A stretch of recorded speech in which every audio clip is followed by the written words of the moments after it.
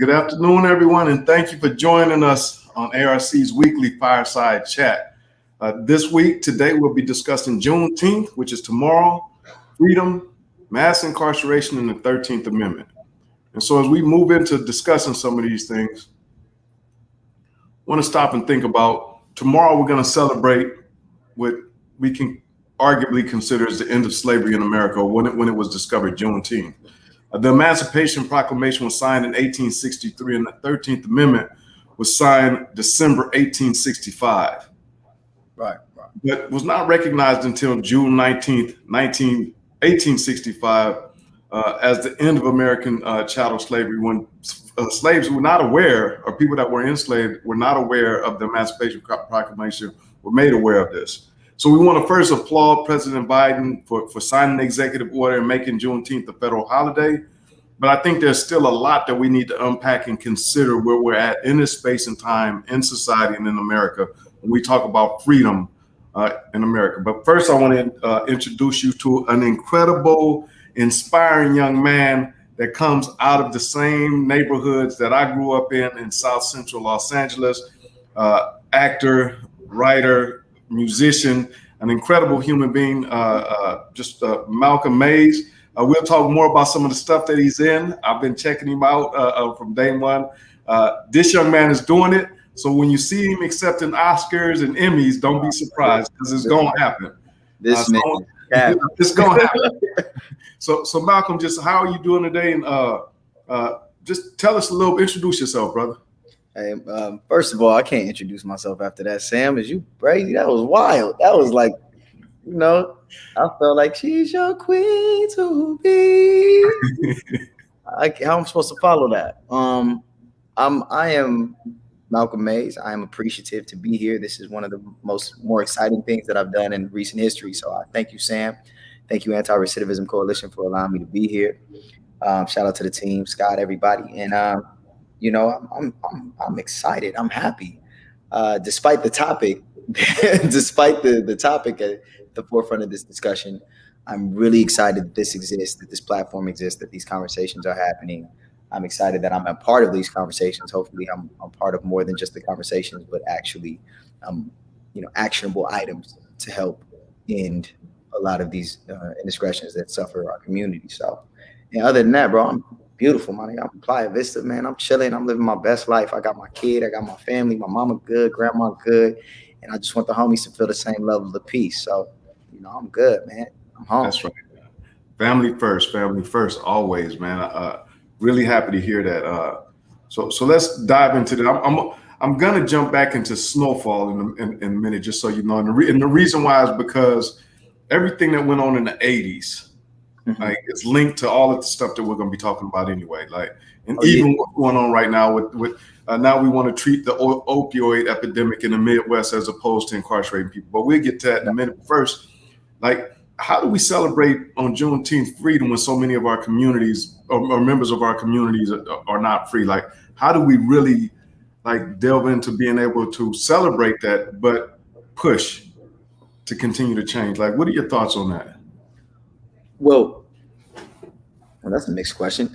How do we continue to celebrate freedom when so many of our brothers and sisters are still incarcerated and locked down and denied their freedom? Correct? Is that the question? Correct. Well, number one, we come from a community where we honor people who have been passed on. We honor people who are behind bars. So we come from a culture and a background, specifically Los Angeles, California, but mostly any socially stratified community. We honor those who do not have their freedom and do not have the ability to celebrate. We celebrate in their name. We speak incantations. We pour out libations on their behalf. So first of all, you have to celebrate, because if you don't celebrate, what is this life for? And what are they coming home to if they do get to come home? Or what is it that they're missing if not the celebration itself? So you got to celebrate, because what else is life, right? It's the small things, it's the minor things, it's the barbecues, it's the get-togethers, it's the families. That's really what makes up life, along with the tragedies and whatnot. But we try to lessen those so that we can have more life, correct? Absolutely. So number one, I think that, yes, celebrate. Do not feel guilty to celebrate. Celebration is a part of the life that we're fighting for other people to have and experience. So you got to keep that up there. Number two, How do you do it while people are locked down? Number one, you honor them and you continue to fight for them. And there's a time for peace and there's a time for war. Celebration is peacetime. Wartime is what we do. It's the work. It's what's in back of you right now on your board: education, career resources. Like this is what we do. This is the work. And but Juneteenth, but not today, but the Juneteenth weekend celebration, celebrate and and remember those. Take a moment to honor those that you're celebrating who are not there to celebrate with you, whether they're in passing or whether they're incarcerated. That's how I would handle that. That's how I think is the most dignified way to go about it. I also feel mixed about the whole Juneteenth as a national holiday thing, but I'm a counter, I'm a contrarian naturally. So, but these are just my personal opinions. I think that it's beautiful, but it's a little weird and like, I love white people. So when I say white people, it is not an indemnification or vilification of all white people everywhere. Let me first give context. But when I say white people, I mean specifically people who have been late to the train or people who are well-meaning and they're doing these things thinking that they're helping the cause, which maybe they are. I don't know. I ain't God. But I think it's kind of, I'd rather have real political policy change than have perfunctory, what's the word? Performative exhibitionism. You feel me? I'd rather have real shit change than have y'all wearing dashikis, the Congress white people wearing dashikis and taking pictures with the Wakanda. Like I'm cool on that. Just and on that point, like one of the bills that's in the legislature and that was introduced by Senator Cory Booker and Barbara Lee is the Truth and Healing Reconciliation bill for racial healing, for a racial healing commission in America. Yeah, we have not heard a mention of it. We had Tulsa 100th anniversary. Right. We have Juneteenth, but we've never talked about like, are we going to talk about healing? Are we going to talk about like what got us here? And kind of want to just like literally. And what is your opinion? Let me kind of steer this way. What is your opinion, like the connection between slavery and mass incarceration? And for reference, like we had slavery, then we went into black codes, then we went into Jim Crow, then we had the war on drugs and tough on crime in the 70s with Nixon. And now here we are with mass incarceration, America having 5% of the world's population and 25% of the people that are in prison. Like, yeah, relatively. Yeah. So go ahead, Michael. No, my question. So is the question, how do I feel about that? Or what is my opinion on it? What's the connection? The connection. It's like you said, bro. I mean, let's keep it a buck. Like it's history, it's math. The connections are there. From debtors' prison in the 1800s to convict leasing programs, from that used to use big factory, coal mines, plantations, all the places of industry. Right? We're getting free labor from those who were incarcerated, not just black people. That only changed in like what? When did that change? Like 1870s. Well, correct me if I'm wrong, but around 1870s. So 1870. I believe was the first time where mass incarceration went from being predominantly white people to being predominantly people of color, black people. And that happened, as a response to once labor in servitude was no longer, a cheap means for the South in which to have their economy run. They had to change policy. And the first thing they did was convict leasing. So that now, if you incarcerated, thanks to the 13th Amendment, we could exploit labor, cheap labor, pay states, pay whatever, to have convicts work on our behalf, right? Well past their conviction. And then they were charged for stupid stuff. Excuse my language, but I'm very passionate about this. I'm gonna be real. Permission to be as real as I can be. Permission granted. So just so you know, if the children are in the room, we might have children. Y'all gonna get the real today. Y'all shouldn't have came to this one. Stupid shit like vagrancy and theft. The same thing like when children are being convicted, kids that we've worked with, myself, my friends, getting harsh punishments and crimes for like, it's equivalent to like weed, having an ounce of weed and seeing 5 years of your life go by. Like that was the same thing that was happening in the 1800s for vagrancy and theft, which by the way, when we were freed, we weren't freed to an economy. We had to learn luckily we had trade. We were blacksmiths, we were masons, we had trades. But for those of us who did not, it was very, very difficult to get work, right? And the war only benefited the North. The South was decimated. Not only the rich, like when you're rich or poor, just imagine what the people who were under the foot of the rich who have lost everything are, which were the slaves, which were the blacks. And so we'd be put in these situations of survival and then overcharged for regular means of going about trying to make a living and a life. And then you'd be back to being a slave. That's really what it was. And then that was abolished. And that was the first economy, the first enterprise between the penal system, the prison system, and private corporations. And of course, we started to fill up the prisons, right? Because it made more sense for the South to get their labor back. That's what happened, bro. That's not how I feel. That's not emotional. I feel you. And let's not even get into Jim Crow. Let's not even get into private prisons being created, which although now only make up 8% of the prisons around. But the idea was the system was based on commerce. We were looked at as pieces of labor. We were looked at as extensions of technology, not human beings, first and foremost. So go ahead. I'm sorry, but I was going to make the connections easy. No, go ahead, finish. Yeah, convict leasing. And then of course, in 1971, the war on drugs. Shout out to Nixon. You feel me? Bitch ass nigga. So shout out to Nixon, which has been miscredited to Reagan, who just continued the baton in the 80s. They didn't know what to do with drugs. They didn't know what to do, but because they gave it a face and they gave it a skin tone, and you're able to vilify a community, which is what Snowfall kind of showed. When you can pass the buck of responsibility of governance, and you can make everybody who's Caucasian and scared of a population of people, then it's easier to vilify and indemnify them and put the problems on them instead of solving them systemically. So now we become the grunt of everything. Then all of a sudden, shout out to Professor Angela Davis, you see the prison population explode in the 80s, which was, I believe, your time, Sam, right? Now, suddenly you have the prison population go from 600,000 people of color incarcerated, or 600,000 Americans. Let's just make it an American problem. Americans, 600,000 incarcerated, to 2.1 million by the early 2000s, which is my time. So that's not because of drugs, blood. Like, that ain't weed. But wait. Let's back up for a minute. Let's think about that. And when we talk about drugs, because you hit on the next one, because when we talk about Nixon and we talk about Reagan, we have to talk about that next step. And what I'm talking about is the crack epidemic. Yes. And that's what Snowfall is about. Could you please post that up, Vivian? It's a picture. You didn't see this one coming. This man is tripping.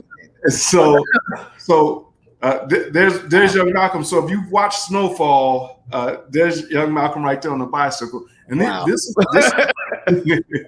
but literally, this is a depiction of what was going on in the 80s with drugs. And like, not to glorify it or anything like that, but the simple fact is our federal government was bringing drugs into our neighborhood. Yeah, period. Thousands of pounds of drugs, and it decimated our communities, because if you think about it at that time too, when we talk about the 80s, this is when American politics decided we're going to have mandatory minimums. And where were the drugs at? So we're going to, even if you're just a drug user, if you're a drug dealer, whatever it is, we're going to lock you up, mandatory minimum. Crack versus powder cocaine, because as they say, crack is what was being used and black was used or selling. Yeah. And so you had like a whole generation that was stuck, put in prison, and some of them are still in prison. Yeah, to this day. And I just want to kind of jump forward. So we're going to come back to the 80s. Yeah. And now we have the opioid, and by the way, cocaine is the same thing. Yeah. Now we have the opioid epidemic, which is a health crisis. Which is a health crisis because it's white. Because it's white. It's primarily white people. It's primarily white people that are affected by it. But we're not putting them in jail. We're gonna get them treatment. Yeah, because I hate to say it. Like, I got a homeboy right now. He British. He come over here. He work or whatever. Blood got a horrible addiction. He's struggled with drug addictions of all kinds since he was young. Superstar. Comes from family money. And he'll tell you he had privilege. He's been to promises. He's been to the Camden units. He's been to, and he was a menace when he was on those drugs. But as a person, he's a great person. And the help in the way he is now, in a nice neighborhood, full home. And he'll tell you, I was really lucky, Malcolm, because of my skin, because of the foundation my family had. Because if I was a person of color, I don't fall upwards. I fail back. Like people of color, we compound our failure 10 times when we fall because there's no foundation. Your family, if you're lucky if you have a family home, you're lucky if you have a matriarchal balance. You're lucky if if you're not afflicted or riddled by a drug as considered as a health issue, right? If we're talking health issue, then we have uncles, aunties, mamas, cousins, sisters who have been afflicted with the illness of disease, of addiction, right? The addiction, they consider it a mental health issue, a physical genetic thing that can pass from people. That's what they've deemed it as. And if that's the case, then our families are decimated by this epidemic because we didn't come here drug addicts. And we showed it. We sure weren't bringing it in. You know, like we didn't produce them, we didn't transport them, and we certainly didn't control the means of production or distribution. That's not our job. We've always been, laborers in this country. We just started entering the halls of enterprise and ownership and equity and all that. But we were blamed for everything. We were blamed for the consequence. We were blamed for the media influence. We were blamed for everything. And the hypocrisy is what upsets me. Because my friend's sitting in a multi-million-dollar home, and I done seen him do all kinds of drugs, bro, like all types of shit. Go ahead. We see that hypocrisy right now today, and you touched on it a minute ago when we talk about people that went to prison for weed. Yeah. And now, who is making billions of dollars from the cannabis industry? Certainly ain't us, brother. Exactly.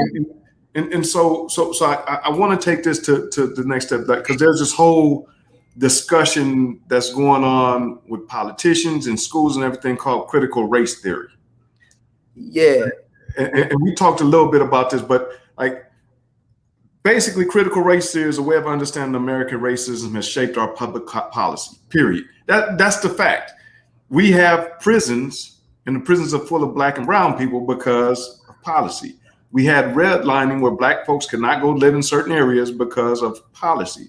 Like all of these different things. So when we talk about understanding how American racism, if we can't have that discussion, because the pushback or the attempted pushback from conservatives, mainly white people, they say it's a divisive discourse that pits people of color against white people. No, so what? It's a discussion. If we don't have, here's the thing. If we can't have the discussion, if we can't even talk about it, we will never ever get this country where it could be. So let's take, and I hate that we always have to be the bigger people, but let's just do this. Let's take out the emotion, Sam. Let's talk about this in terms of a relationship. If you and your lady getting into it, right? Y'all have fundamental differences. If one of you shuts down and walks out the room, can it be resolved? No. Can you exist in the same space? No. We are in a relationship with this country where we are screaming and going, hey, look, what you're doing to us hurts. What you're doing to us is unfair. What you're doing to us is unjust. And every time we do it, they go, why you keep bringing up, oh, shit. That part. And then when we go, because we can't move forward otherwise. Because if we don't understand the root, if you don't understand your past, you can't understand your present, and you certainly can't move on to the future or have a more productive future without the same ailments. And then they go, I don't want to hear it because it gets emotional, and they walk out the room or they shut it down or they want to end the relationship. But that is not going to foster communication. That's not going to foster prosperity. And I even get even deeper, bro. I don't even think it's race. I think that race is a byproduct of who is at the bottom of the totem pole in this country. It just so happens to be us. And it happens to be other people of color. The reality is this is an economic issue. Derek Bell, Kimberly Crenshaw, these are two, like the whole group that came up with the critical race theory in the late 70s, I believe. It was developed in a Harvard think tank. Really, really smart people. You feel me? Or allegedly, correct. Not that education makes you any smarter than anybody, but these people spent a lot of time dedicated to researching this thing. And they simply made it, it's a semantical argument, but it's real. It's backed by something. And they went, hey, look, man, maybe some of these systemic issues, look, even though one of the first things they say in the paper, if you go read it, is race is a social construct. It is not a byproduct of science. It is something that we have created. Therefore, whatever consequences come of you being affected negatively for your ethnicity or your race comes from someone else creating it and then making it endemic in the system that governs. So I don't know how that's an argument or a conversation.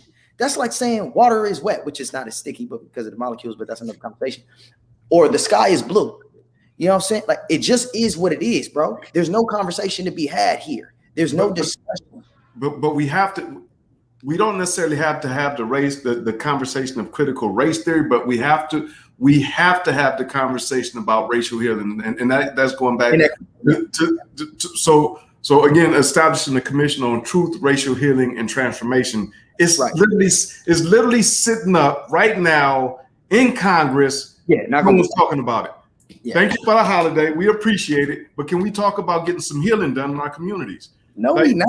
But Sam, they're not finna do it. I hope that it happens. I pray to God I'm wrong. I don't like being right, but here's the reality of the situation. Number one, even the bill itself is not necessarily going to change things, but it'll help. It's a good step. It's a good platform to have discussions and incubate ideas that may be practical applications. I'm all for that. Down for it, especially because they have commissions for the stupidest stuff in the world that get funded for I don't know how much money, with congressmen taking home payments that they do not deserve. You're a public servant. You feel me? While my teachers is getting paid trash and not wanting to teach us about slavery. Let's call it what we call it, bro. I'm not really the person to talk to about performative bills or politicizing. I'm the person to talk about what are we physically doing on the ground. Things like ARC, Anti-Recidivism Coalition, the Unusual Suspects, things like this that once created have a direct effect on the people that are negatively affected by systemic issues. Like that's all I'm here for. And if we can pass bills and policies to make it happen, I'm all here for it. But instead, we're doing this performative bullshit so that we can trick the consumer into voting next year on my behalf, or being Democratic, or being liberal, or being conservative, or whatever they use to garner up support by making people emotional. And honestly, bro, we got to take a step back and go, well, listen, the prison industrial complex is a real thing. Like, there was really policy made by people who are in power, who don't look like us, who needed to continue to stay economically viable, who needed their resources, and they needed the free labor, and they needed the revenue. So they did what they had to do. But then they tricked the public into thinking that it was a moral fact. They tricked the public into thinking that we were actually lesser than. They tricked the public into thinking that we were actually animals and savages. And what did they call us? What did Clinton's wife call us? Super predators. Super predators that really needed to be locked up. As if we haven't created some of the most, if entertainment is an empathy machine, we haven't created the most happy songs in the world.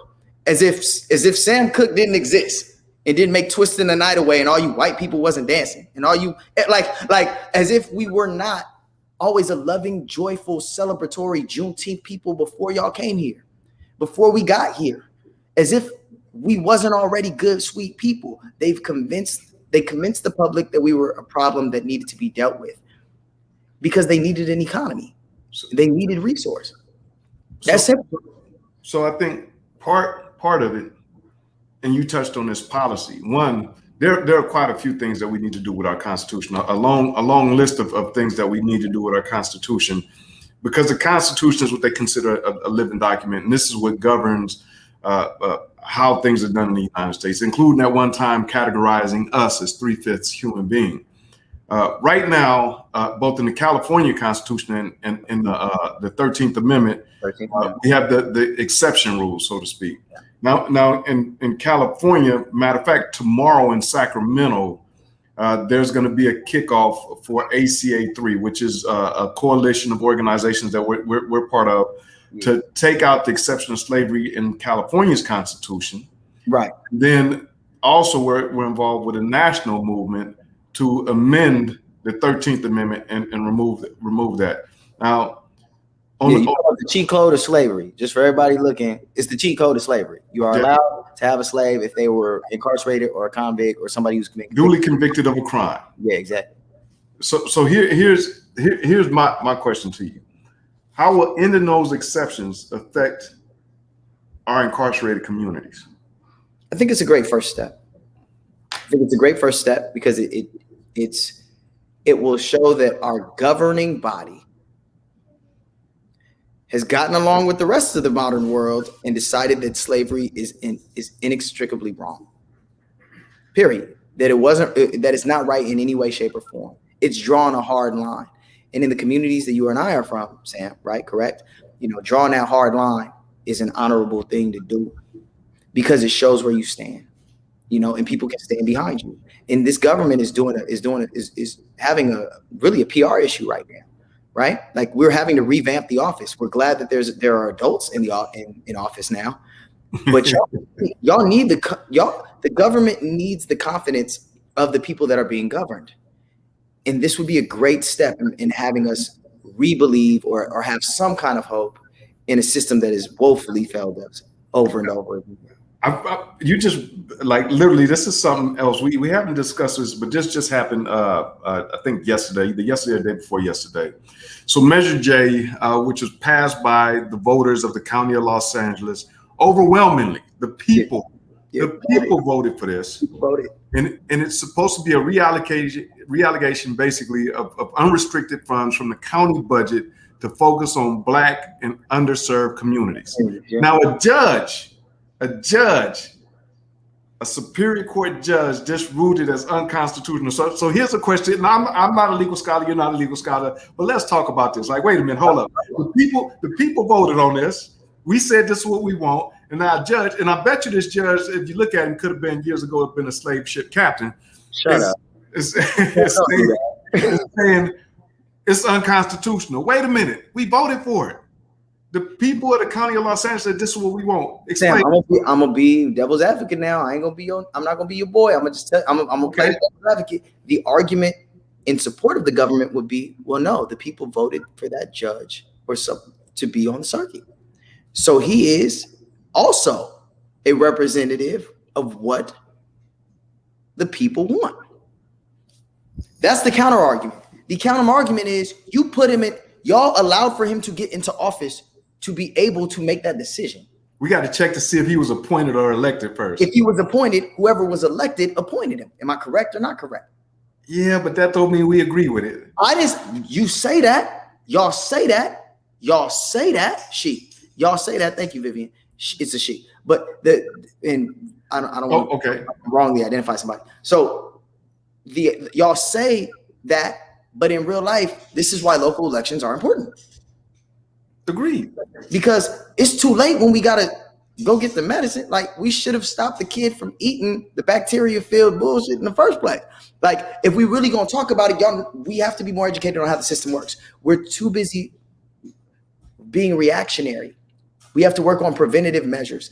It sucks that we can't get heard when the people have changed, because the people change their norms and their values faster than the government does. Because there's a process to have people that actually represent the people to pass, wait for the other people to get out. So it's always going to be Governor Gray Davis appointed her.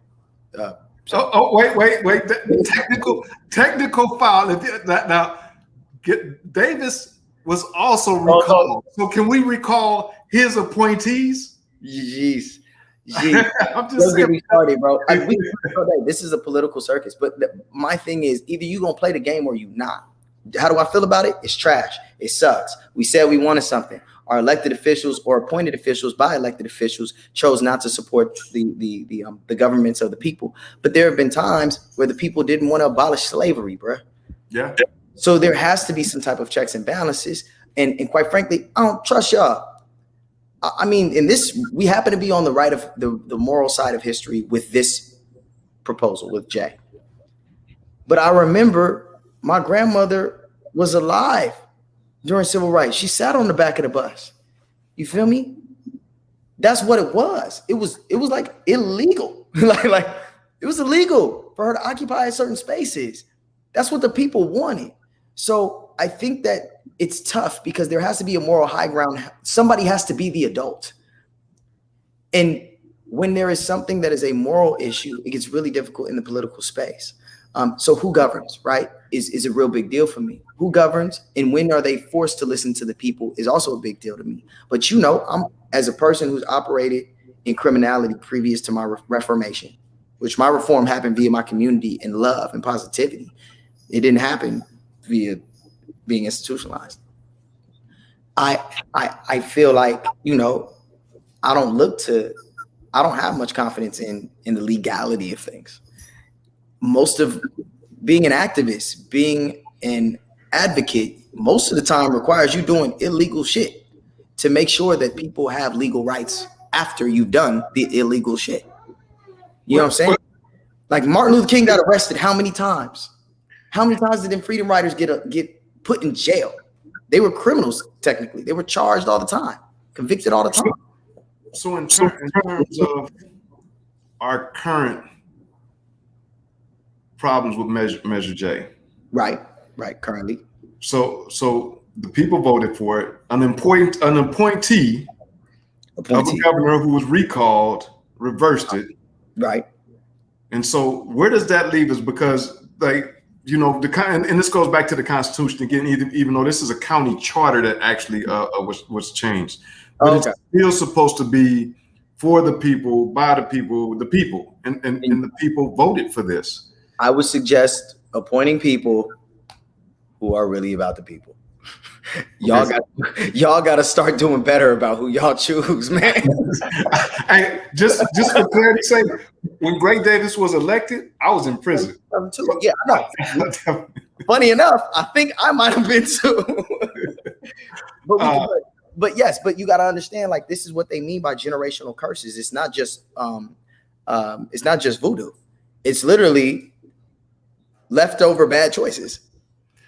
I want to jump back to getting rid of the exception rule in both the state constitution and federal constitution by ending the exception and ending involuntary servitude once and for all. Does that bring us closer to truth, racial healing, and transformation? Does it take us a step closer? Yes, I believe so. And it helps. It's good faith. It's a good faith step. Exactly. And what will be our next step though? Okay, we end that. But we still have to, like, if you think about it, Rwanda, a monolithic company that did have ethnic, two different major ethnic groups, the Hutus and the Tutsis, that were colonized. But that's whole interest. But after their genocide, right, they were able to heal. South Africa, after Nelson Mandela was freed from prison and he was able to become the president, they did a lot of truth, reconciliation, and healing. Even Germany, after what the Nazis did to the Jewish people in Germany, they worked to heal, and many other countries have done this. Hey, A-Trays and Jungle Stones in early 2000s got together because we was pissed at the 40s or something, or we hated the Harlems. Like, yeah, it always happens. There's always alliances and there's always a card. They get together. So what does that mean that we as a country, and let me just add this one piece, because I mentioned Germany and what the Nazis did. A lot of people don't realize that the Nazis, before they did what they did to the Jewish people, the atrocities that they did, they studied Jim Crow. And their question, and if you're wondering about this, if you want a fuller view for our audience, read The Cast by Miss Wilkerson. Oh, shit. So literally, there it is right there, Isabel Wilkerson. And so the Nazis studied Jim Crow, and they said, how did America stay in good standing even while they did all of this stuff like lynching people? And so they were trying to figure out a model that they could take over. And now, and I say that because all of these other countries that have gone through horrible experiences, except for America, have sat down at least and had the conversation, had some type of a commission to be able to say, okay, this is what we need to heal. And we don't hear a peep about it from any of our representatives. Let me say the White House right now. I got to point the finger because he's got the biggest platform right now. Push that forward. Push that piece of legislation forward, because I think it will be the next step after ending the exception rules. What are your thoughts? Well, what I think you're getting at is tribalism. What I think you're getting at is gang shit. Like, that's what we talking about. That's what we're talking about. We're talking about blood feuds. We're talking about people drawing lines in the sand because of historical atrocities that have been done at both sides. But mostly in this country, it wasn't both sides.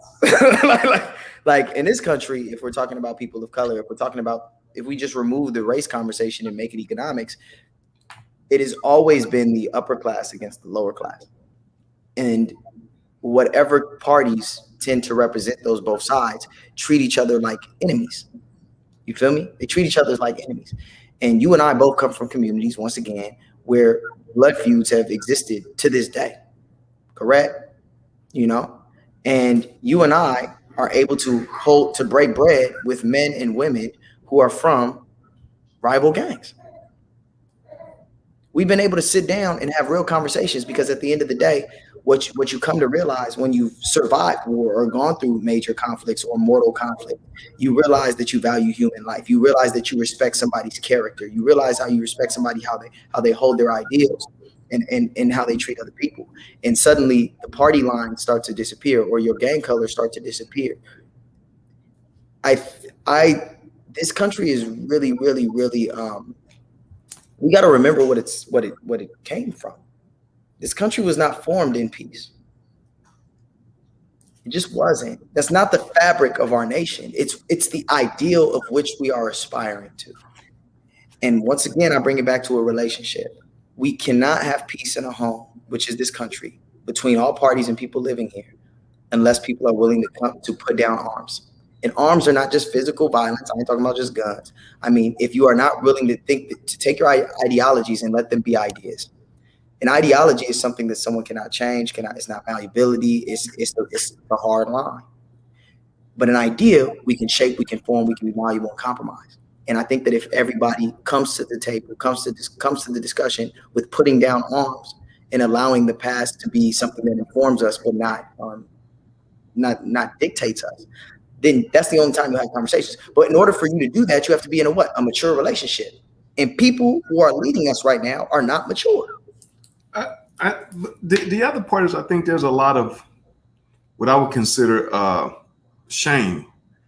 Like people, if you think about it in these terms, so to admit the wrong that was done, yeah, and to be willing to sit at the table and discuss this and just be honest about it. Like when we say white privilege, and I want everyone to understand, white privilege does not mean, when people say that, it does not mean that you haven't had difficulties in your life. In your life, correct. White privilege means is your skin color was not race, did not create problems for you. Like I walk into a store and I get followed. If I walk into Neiman Marcus and I got some jeans on and a t-shirt, I get followed. Yeah, you better than me, Sam. I'm exhausted trying to explain to people what, like, I'm no longer explaining people what's racist. But I think it's important because because to really discuss this, and this goes back to when we were talking about critical race theory and being able to understand that America was shaped by public policy. Race, but before America, slavery system, race was not a scientific. First of all, race is not a scientific term, to be honest. Like, do your research, people. Race is not a scientific term. It was something used to create a caste system in America, like literally right now.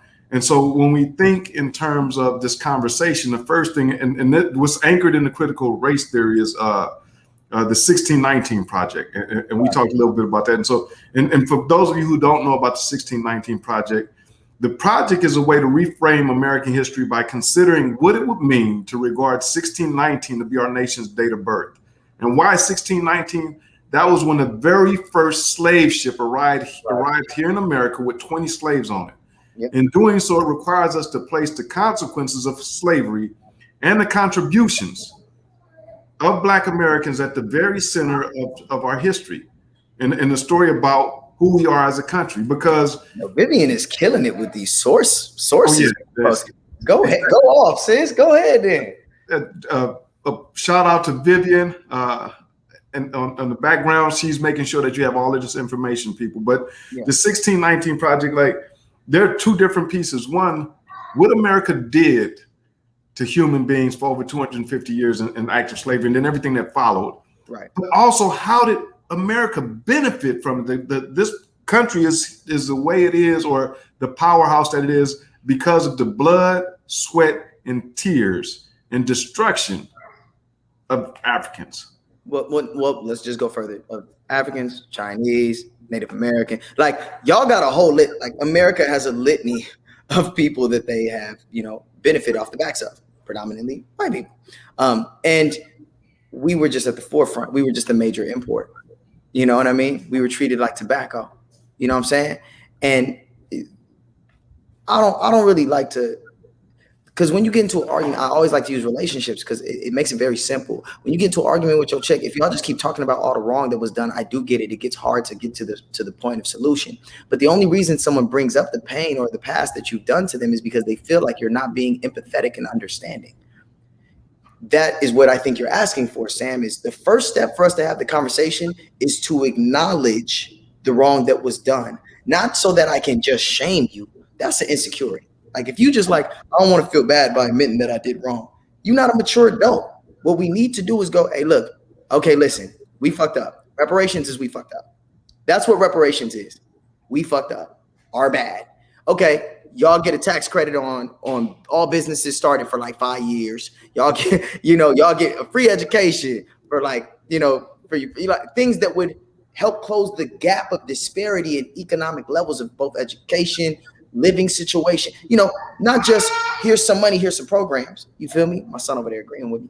It's not just right. It's not just here's some programs. It's here's the tools that you need to manage once you attain resource. Well, let me push back. Wait, let me push back on you on that. Let me be devil's advocate now. But can I conclude the thought? Right. Yeah, the idea is absolutely. I think that a actual viable, efficient reparations program that is more than we'll give y'all 40 acres and a mule. That's stupid and it won't work. But acknowledging publicly we messed up, and then going, here's something that we feel can help give back what we've taken back as much as we can.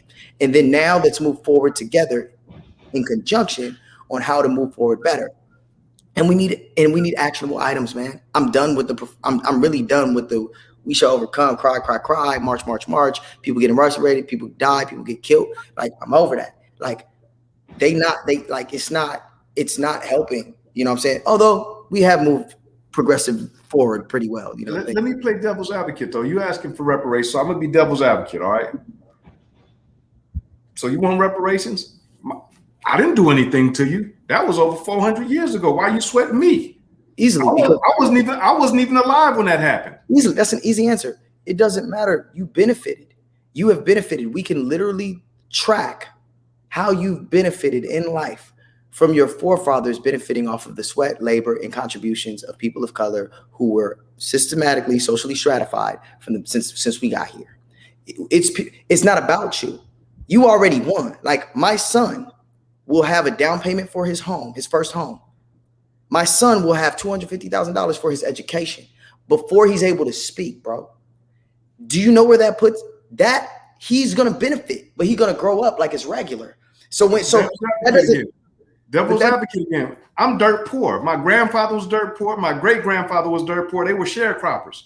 Yeah, I'm just white. I just happen to just be white. It's not my fault.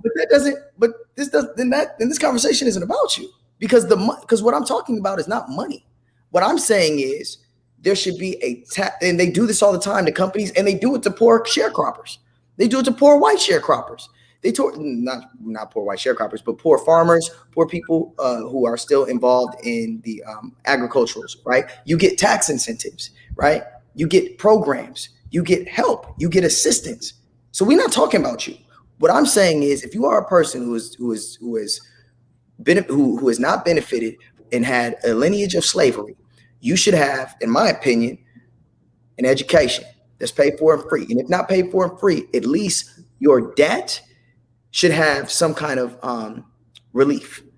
I think that you should have taxes to start a business. Your first 5 years of starting a business, which is the hardest years of starting a business, tax-free. You know what that does? That incentivizes other people to come work with you and do business with you. And it also makes you a viable economic participant in this commercial country. In this business, and we want to talk about this country. This country is not just built.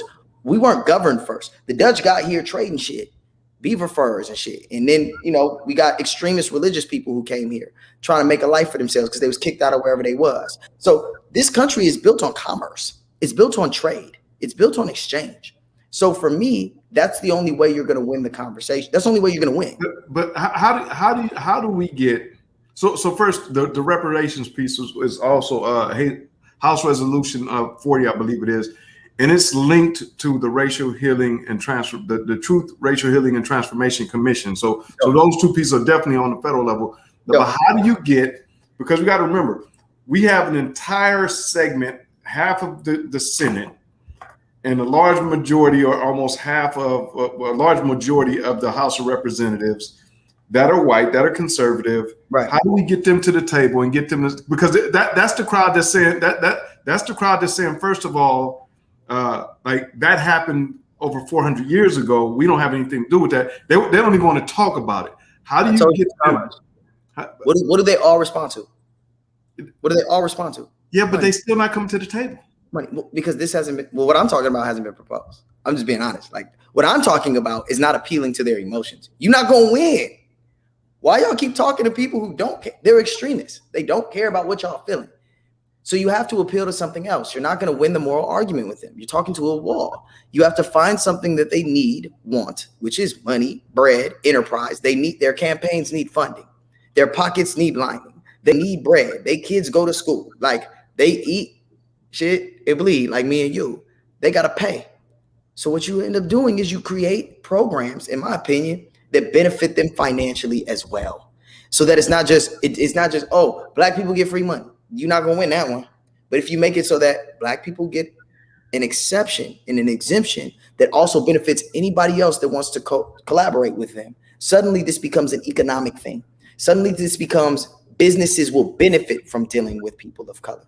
And it'll also help close the gap of years and years and years and years and years of us being behind. Because the years and years of us being behind is not just, it's education, it's economics, right? It's financial literacy, it's information, and it's access. That sounds like Measure J. It sounds like it would help. It sounds like Measure J would help fund some of those things. But I don't think that throwing money at the problem. You need a good system. Like you're dealing with systems. You're not dealing with, you know what I'm saying? But I like Measure J. I personally do. So what I'm saying is this. When I say it sounds like Measure J, in other words, I agree with everything you said. Yeah. But here's the problem. I still don't want you to get ahead because I don't think you deserve it. Well, then what you want to do, bro? Then it's war at that point. What are we talking about? Like, then why are we even bothering to have a conversation? But because that's where we're at in this country. Like, literally, if you think about it. Wait, stop and think about it. We just had a president in office for 4 years that told you everything he was going to do. He told you what he was going to do. It wasn't like he got in there and then he switched up. No. He did everything he said he was going to do. He called out every race. He was a misogynist. He was all of those things. And 70-something million people in America still voted for him. I know. So that's not, so the problem, once again, we got to stop blaming people. Like, bruh, was black people surprised when Trump got in office? A lot of people were surprised, actually. The poll said he wouldn't win. I was with my white niggas and I was with my black homies. Look, bruh, you know what happened? All my white boys was like crying, sad, upset. All my homies was like, yep, sounds about white. All my homies was not surprised. How are we not surprised? Because we know California itself is not actually a liberal state. That's Los Angeles. Like, y'all know that, like, California is made up of a lot of places, and a lot of them places you just can't go through at night. Like, this isn't just this. We have this delusion that we live behind, that like somehow this governing body is going to concede to the moral right. And we've had to drag it kicking and screaming every single bit of the way. That's what it's going to be. And quite frankly, it's a power game. The people that are currently in office that have these ideologies are only able to exist and stand in the way because they've accrued power. If you're going to do this, like if you're not going to be an outsider or operate outside of the limits of the construct of this governing body, which you're not going to win, you got to play by the game. Like, you got to know the rules. And most of us don't even know who's our local legislator. That's first and foremost. Most of us don't even have, most of us don't have a 401k. Like, most of us don't invest. Most of us don't have financial literacy. Most of us aren't educated about who our local alderman is. All we know is who the bail person is. Local, like, you know what I'm saying? Like, the only way we know the government is through incarceration. So let me ask you this then. And then we're gonna have to switch topics. So let me ask you this then: where does the truth start? government, school, home? I know it starts, for me, it starts at home. Of course it starts at home. But the thing is that this has to be a holistic process because these things are not disparate. If your kid don't spend that much time, think about how much time your child spends at home versus how much time they spend outside. Where do they spend most of their time? School, right? Programs outside of school or on the block. Like you're with your friends at some point more than you are with your family, which is why that influence grows as you become very into that age that's able to shape you. And that's why people join groups. I'm just going to say groups, gangs, groups, extremist groups, fun groups, bands, whatever. It's all just groups. So although home is the foundation, it's the start.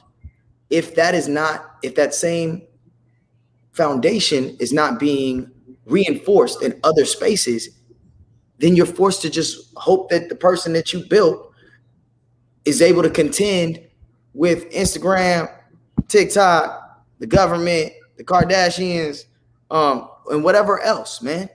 Like, so it has to be comprehensive. It has to be the community. It has to be communal. It has to be all their program. Everybody has to be on the same page of holistic living, on service for another. In communities at some point, especially even Black communities, even through with all this atrocities, you got beat every way on the way home by everybody who knew that you did what you weren't supposed to do at school. So by the time you made it to your mama, who was already tired, you had already been disciplined. I'm not saying that that's okay, but what I am saying is that felt like somebody was invested in you outside of just your home. That was your community. That was your block. That was your teacher. That was your cousin. That was your homies. Everybody knew, oh man, if I get in trouble, Miss Cynthia gonna get me, whether it was my mama or somebody else's.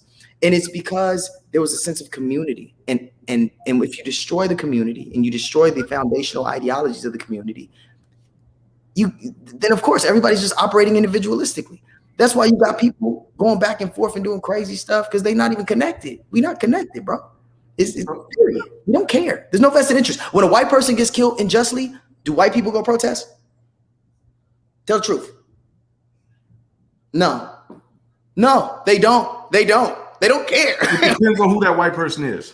Yeah, if it doesn't fit their idea. I'm talking about whenever there's a Black person killed, we all talking about it. Period. We all talk. It's the topic of conversation in every barbershop, on every Facebook thread, and everybody's timeline. When a white person is unjustly killed, you rarely hear about it from the entire group. Because think about it, they are still the majority in this country, which by the way. So if somebody, like, they don't ride hard for injustice like that.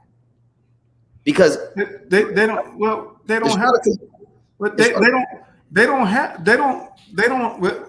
we run out of time, but I would push back and say they don't have to ride hard, because when they call 911 when the police show up, I remember the first time I was shot and my mom called the police. I got a bullet in my leg. The police didn't come, the ambulance come, the dog catcher didn't even come. Accurate. So I agree. I'm simply saying that, like, it's because there's a lack of community. There's a lack of connection. And I think that's the beginning of truth in whatever else we're seeking in this godforsaken bullshit. It's like you got to care about your neighbor. Like, that is really that's it. So to our audience, we want you to take from this the thought of building more community, helping. Yeah. Am I my brother's keeper? Am I my sister keeper? Am I my people's keeper? Yes, like, we need to all work together. Each one teach one. Each one lift them up.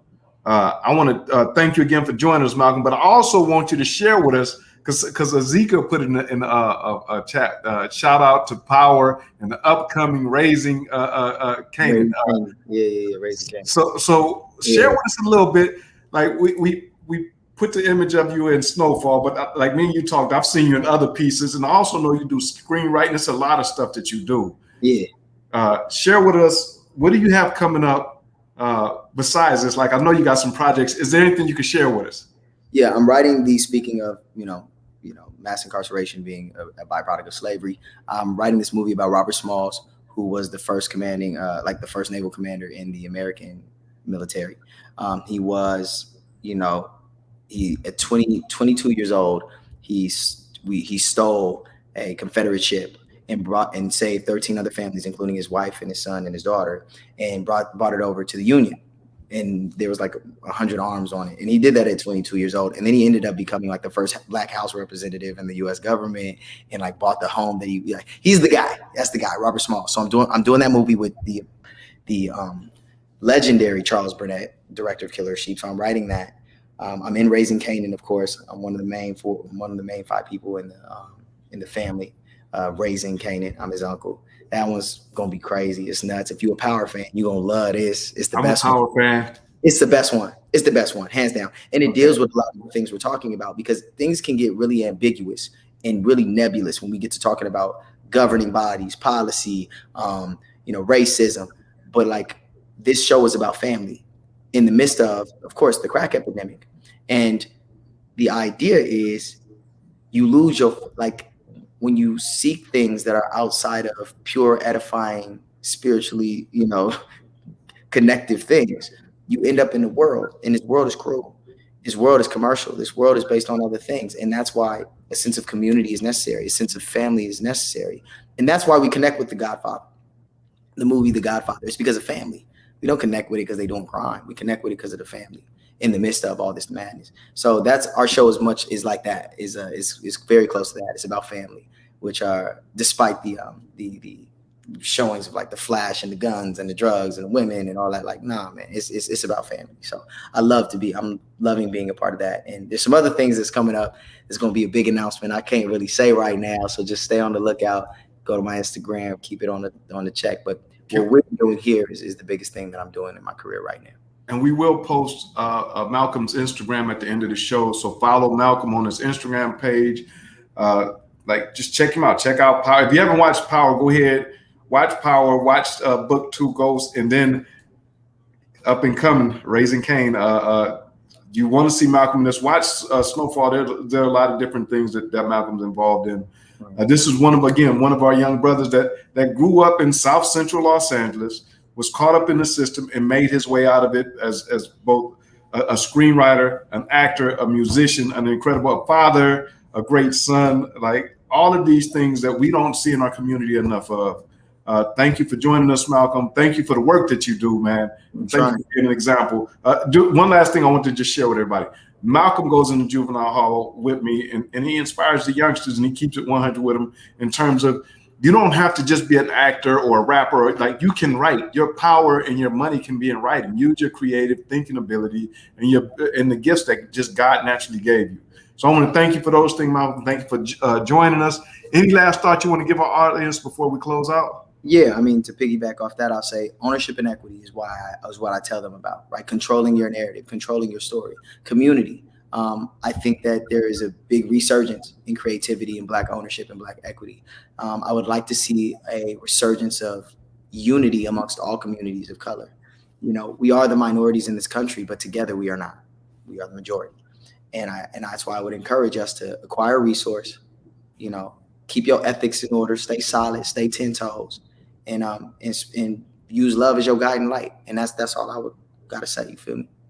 And on that note, I'm not gonna add nothing to it. Love is your guide note. Take care. God bless. Stay safe. See you next week. God bless y'all. Peace. All right.